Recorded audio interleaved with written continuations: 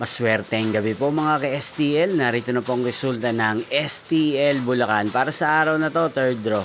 January 3, 2026, araw ng Sabado.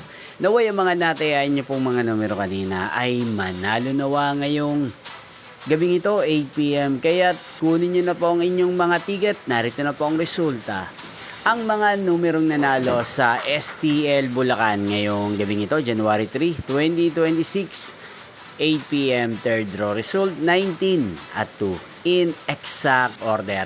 Again, 19 at 2. At ngayong gabing ito sa STL Bulacan, natin pong i-shoutout ang lagi pong nanonood sa channel ito, si Ate Rhea ng Bulacan. Shoutout po sa inyo, Ate Rhea. Sana po ay nasa maayos kayong kalagayan. At sa lahat po ng mga taga Bulacan, shoutout po sa inyo. Inyo pong napanood ang resulta ng STL Bulacan. Maraming salamat po sa patuloy niyo pong panonood at pagsuporta sa aking channel. Magkita-kita pong muli tayo bukas ng alas 11 ng umaga. Thank you for watching.